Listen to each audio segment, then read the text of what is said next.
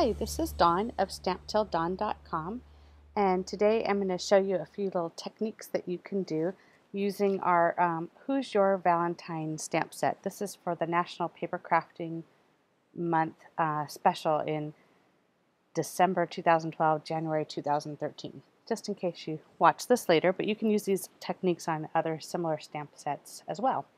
So you'll see here we have a couple of little background kind of stamps. We have this chevron here and this heart pattern. And I'll show you some things that I did with it. On here, I used the chevron pattern to make the letters have chevron on them. And then I also used it in a few other places, like along the bottom of this.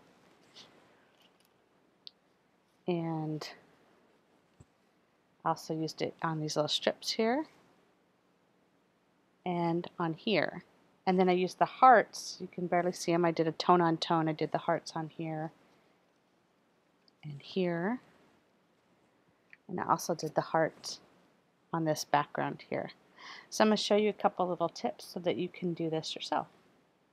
So I've pre-cut the letters. And the stamp is about 1.5 by 1.5. And so you would think you could cut a 1.5 inch letter and that would be great. But I want to show you, I cut my name out of 1.5 inch letters, and because I have a W in Dawn, it's a little wider. So then you have to be real careful to line your stamp up here. So I cut these letters at 1.25 inch, and they're much easier to stamp. You don't have to worry about lining anything up. So I'm going to go ahead and use the Hollyhock ink here. And I'm going to ink up the chevron stamp. And you just do one letter at a time, and you can kind of place your, your points of your chevron where you like them, and then just stamp it up. I put this on black paper since I'm stamping on white paper. If you put it on top of white, it gets kind of lost, but if you put it on the black, it makes it easier to see what you're doing and to be able to line it up real quick and easy. So that's how you can do the letters. And then if you wanted to do like a border or something, you wanted a longer piece, I found that this one was much easier to line up going this way. You didn't have to worry about gaps as much. If you try to turn it this way, where you have to line up the V's going across, it's a little harder to line up.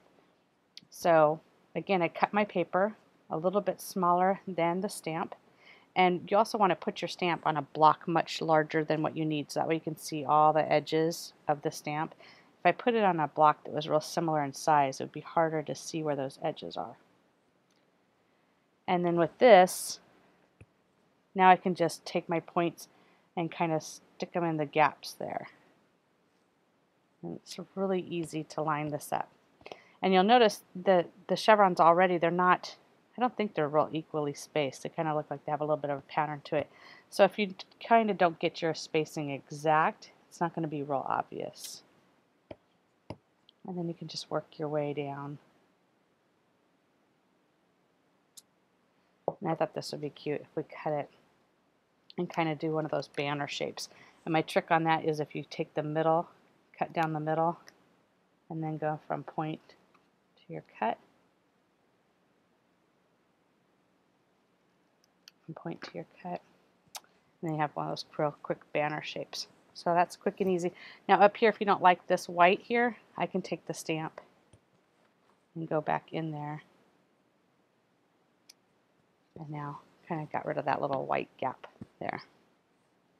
Okay, and now I'm going to switch and I'm going to show you tone on tone. I don't know how well this will come up in the camera, but it's a real pretty look and real subtle. And when I was making this card, I started out with this one, and I had just plain strips there, and it just looked really, really plain. But just taking a minute to put this tone on tone, like this is the ruby paper, or no, I think that's Hollyhock. And I used Hollyhock ink on Hollyhock paper and blush ink on blush paper, and it just really made this card look so much cuter than it did with just the plain cardstock. So the effect is subtle, but it adds a lot to your projects.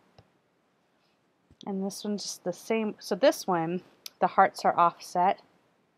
So you stamp your first one.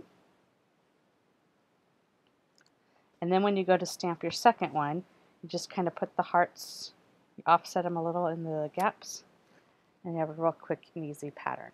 And I'll show you on the back of this white because it might be more obvious.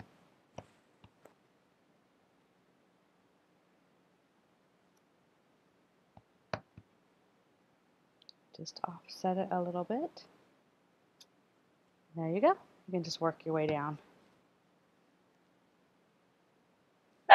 I love, oh, obviously something upset the dog. I love when stamp sets have these little elements that you can use. So you can use them on all different projects. So again, I'll show you real quickly what the projects look like.